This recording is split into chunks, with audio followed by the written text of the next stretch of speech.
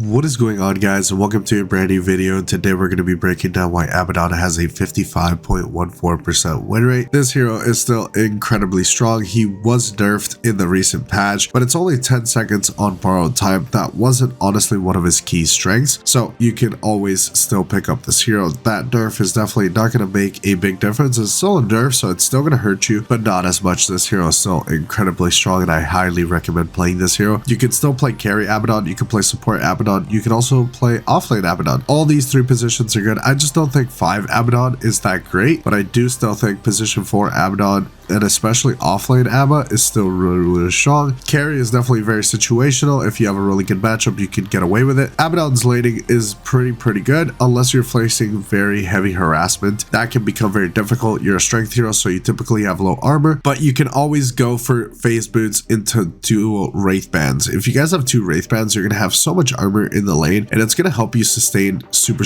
well, and you're going to be able to take much better trades because that extra armor is what you benefit. When you get items like Bracer, they're going to help you be a little bit tankier, but that's not really your issue. You have a phonic shield to help you tank, and also you have Biscoil, but Biscoil is something you definitely don't take. It's pretty much a pretty trash ability right now, so you definitely shouldn't take any points, especially being a core Abaddon. If you're a support Abaddon, then definitely take a point in it.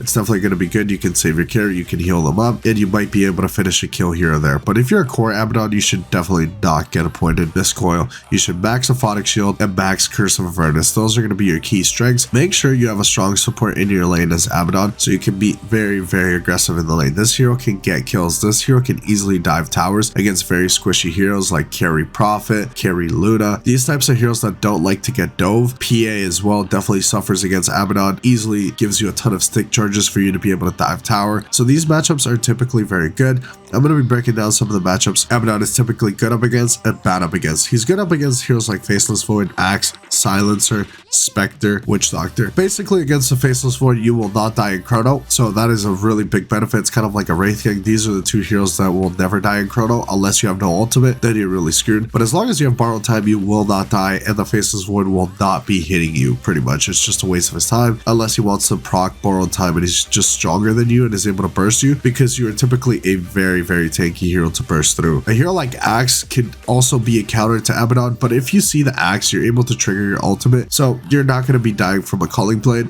Otherwise, you can definitely die from Culling Blade, so you definitely need to be very vigilant on where the Axe is and make sure you have your ultimate. Otherwise, you're pretty much going to kill yourself to the Blade Mill. A hero like Silencer, you can easily just a phonic shield and dispel his whole kit, so you really don't care about that, and you're typically a Manta buyer, so Silencer is just a hero that doesn't concern you. Spectre, you're also very good against the Spectre. You're just super tanky, you have borrowed time, and you can just start laying into the Spectre, and you're not really going to worry a whole lot because you have that borrowed time as a backup, so you can constantly just hit him. Even if he has Blade Mail on, you can just constantly hit him, or you can just reset and wait for the Blade Mail. Heroes like Witch Doctor definitely don't kill you. Malediction is definitely very strong against the Abaddon, so if there's a position 5 Witch Doctor, he can definitely put you to work in the laning phase. So definitely buy enough free gen and make sure you are targeting that hero, and you can definitely take care of him quite quickly, but make sure you're not getting hit with Malediction off cooldown because it will be a big problem for you in the laning phase. So Abaddon is typically bad up against heroes like Slark, Shadow Demon, Doom, Phantom Lancer, Darkseer. So Slark, pretty self-explanatory. He can just beat into you and do whatever he wants to. The Abaddon could definitely hold his own if he has the right support pairing. If you have a very passive support that's not going to help you deal with the Slark, then you can definitely have issues that he's going to build stacks non-stop. And if he's a good Slark player, he's definitely going to push his limits and push you out of lane quite quickly. Shadow Demon can just pull you out of your ultimate with disruption, so you can definitely have a lot of issues with that. It's just a very grief matchup. You definitely don't want to be playing against the Shadow Demon because your ultimate is practically going to be wasted every single time, and it is a big part of your kit for survivability, and it is nice that you're able to just pop ultimate and run into any hero and not really have to worry about anything. Doom is just really strong right now in the meta. Doom will doom you pretty much, and you're kind of screwed. It's just going to cut your healing. You're not going to be able to heal. It's a really big problem. You can tank it if you have a phonic shield on by chance. You might be able to live because you're super tanky, but you need to get out of the fight. It'll throw you away from the entire fight, and you won't be able to do absolutely anything. So Doom is definitely very good against Abaddon.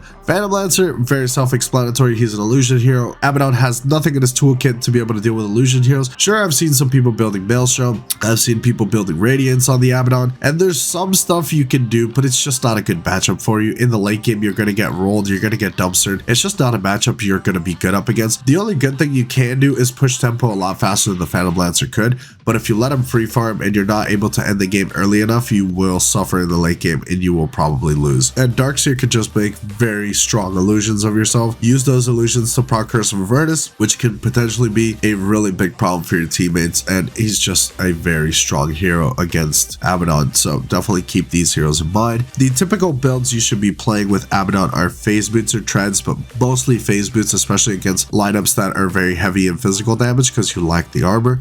Treads is definitely never a bad purchase, but overall, phase boots are going to be your go-to for most games. Then you go for Echo Saber, Manta, and then you decide whether you go for Aghanim Scepter or Assault Cuirass. Aghanim Scepter is definitely an item that is slept on Abaddon. I definitely don't think it's an item you rush, obviously, but it's very, very strong for your team, especially when you're playing offlane Abaddon. You're able to heal your heroes with Mist Coil, which is very, very nice. So definitely keep that in mind if you're playing support or offlane Abaddon. Aghanim Scepter is always going to be a very good choice for you. And you can always rotate these items and go for Bloodthorn or Basher. It honestly depends. If you go AC and Basher, it's going to be really strong. You could also go Bloodthorn and Basher because you need that attack speed. You get attack speed from Curse of Avernus, but you're going to have a lot better time hitting people when you have more attack speed from, like, let's say Manta. Yasha is always going to be really good. You can build S and Y on the Abaddon. It's going to make you insanely tanky. You're not going to do a whole lot of damage, but if the whole purpose of you playing Abaddon is going to be living and being a nuisance in team fights, it's always going to be a very decent item to pick up and very underrated. I don't see a whole lot of Abaddon players building Sanju Yasha even into really good games where you definitely need that item. There's just a lot of items you can play with Abaddon. He's just such a strong hero right now in the meta, and I highly recommend it. It's very easy to play. You can't go wrong with Abaddon. You have a free ultimate that's just going to help you live for a pretty long time, honestly. Honestly, he's just a very easy hero to play.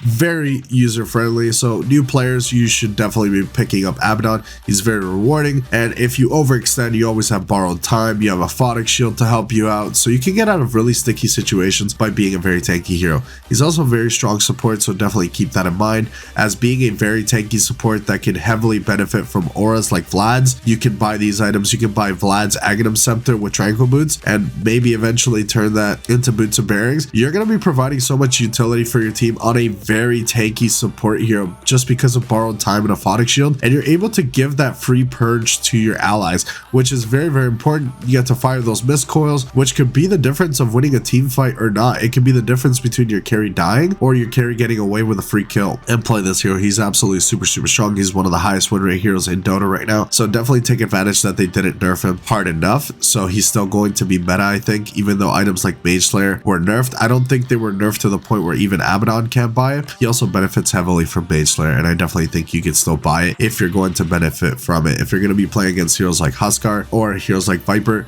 you can definitely pull out the Mage Slayer, and it's going to be a very fantastic item for the Abaddon, especially because the mana regen is going to be so strong for you to be able to spam Mist Coils and a Photic Shield. Those are very important because Abaddon does have mana issues if you're playing him extremely active. Hopefully you guys did enjoy the video. If you guys did, a like would be much appreciated. Let me know in the comment section below if Abaddon is your favorite hero. I will see you guys in the next one. Thank you so much for watching.